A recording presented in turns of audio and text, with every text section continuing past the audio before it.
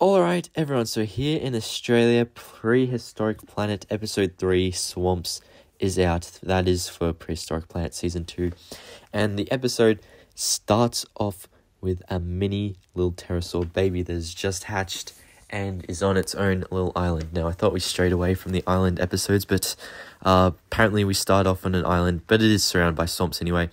And this baby has to get off this island whilst being chased by crocodiles through the swamps. And of course, Prehistoric Planet is not Prehistoric Planet without the multiple amounts of baby deaths. And we see multiple of those baby pterosaurs die. However, that lucky one manages to escape. And then we move on to the Ostroraptor. This is a very beautiful creature, a relative of a Velociraptor. I did already know what this was before the show. I have a toy of it, actually. But yeah, it is hunting its fish, and they're normally solitary hunters, but because there's a lot of fish during this season, they're all kind of in the one area. However, they'll get cranky with each other if they go right next to each other to fish, so there's a little fight that happens between them because, one wants the fish more than the other, obviously, so battle for the fish. But they're actually, picky eaters. They only eat their favorite parts of the fish, because there's so much fish, so they can spare a lot. But then we move on to this kind of era. Now, this creature isn't very important where we first start off, but it is the return of a creature from the first season of Prehistoric Planet that matters, and that is the Beelzebufo, the devil frog. I love this guy so much. He's so goofy.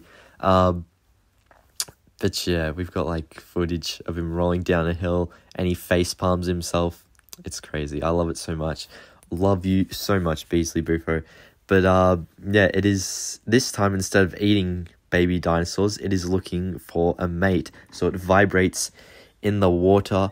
However, it does not get the guess that it assumes. It's obviously looking for its main goal to be the female, but that is not what happens. Instead, bigger creatures come in, and those would be the Repeatosauruses.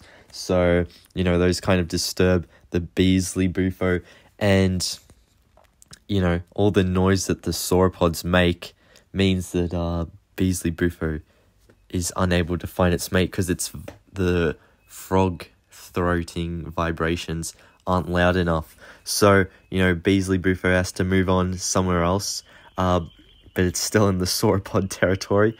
But luckily enough for Beelzebufo, the sauropods move on to go look for food, and it's just him, and he can make sounds, and you don't see his partner, but it is implied there's a sound from a partner coming in by the end of it.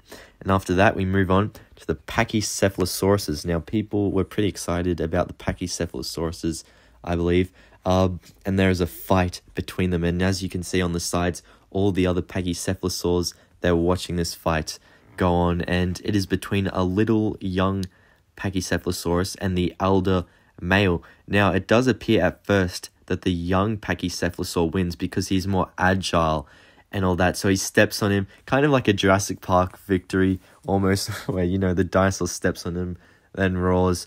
But this is not the case for very long, as the elder gets back up, knocks it over, and that Pachycephalosaurus becomes an outcast to their little pack. So, any defense it had from the group is all gone now. It has to fend for itself. Very unfortunate, but that was its fault. It was acting up amongst the crowd members, so the leader was just protecting everyone. As you can see, all of the Pachycephalosaur members, they looked very shocked. I don't know, it's so funny to me.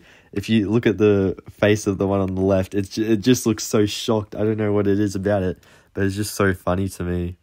But yeah, while it does end with a good ending for the entire pack, unfortunately, the younger Pachycephalosaur does not have such a good ending.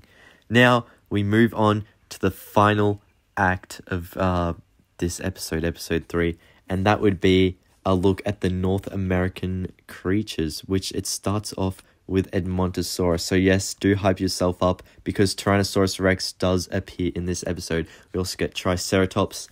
And now we all probably would have thought, they're saving T-Rex up for the final episode because they're hyping up the Quetzalcoatlus versus T-Rex fight. However, they give us a little taste of T-Rex's power in this episode, and it is pretty exciting. As you can see, you have the Edmontosauruses roaming next to the Triceratopses. And my goodness, the Edmontosauruses are massive. I knew Edmontosaurus was massive, but you know, in most media, they don't portray it that way, especially in the Jurassic media. It's much smaller than T-Rex. However, in this, it's accurate size, and it is the size of T-Rex. So yes, out come the T-Rexes, and there's little baby Triceratops there. Do not worry, they don't kill babies this time, luckily enough. However, the T-Rexes do realize that there's way too many creatures for them to go out into the open safely to go on their hunt. So instead, they just observe the area. Look how beautiful. Can I just say, look how beautiful they look together. This is couple goals right here, honestly. Yeah. Oh, I love those two T-Rexes. And, oh, they're so amazing, honestly. But, yeah, they do observe the area, and it is just not safe to go on the hunt. So instead, they wait for the dead of night, where they find Edmontosauruses alone, and they play it pretty smart. One of them is the chaser, and the other's like the trapper. It's waiting for them. So this T-Rex here, it stalks them in the dead of night, and it just looks so creepy and menacing. I love it so much, especially this picture here. Look at the T-Rex head just staring at the Edmontosaurus. That is beautiful. That picture here, I don't know, it just appeals to me so much.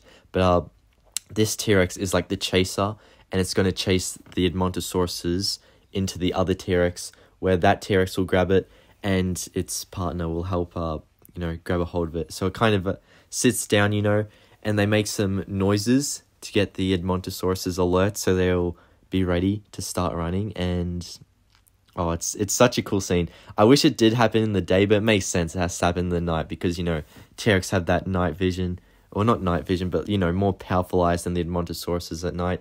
So, yes, then the T-Rexes do go on to chasing the one T-Rex, my apologies. It chases the Edmontosaurus, and you can just see the sheer size of Edmontosaurus. I really appreciate how accurate it is because the T-Rex is as big as it. And they do say in this that the Edmontosaurus is twice as fast as T-Rex, so this is why the T-Rexes need to trap them. But yeah, the one T-Rex leans up here, gets its mouth open, ready to chomp down on the Edmontosaurus, and the other one isn't here yet, but then, they both come in for the attack. One grabs its neck and stuff, and then, to finish off the battle, they go for the belly, and it's all over for the Edmonto, and the T-Rexes have a nice snack. So poor ending for Edmonto, good ending for Rexes. But yeah, that's about it of the video. Make sure to like, comment, and subscribe, and I'll see you all later. Bye, everyone.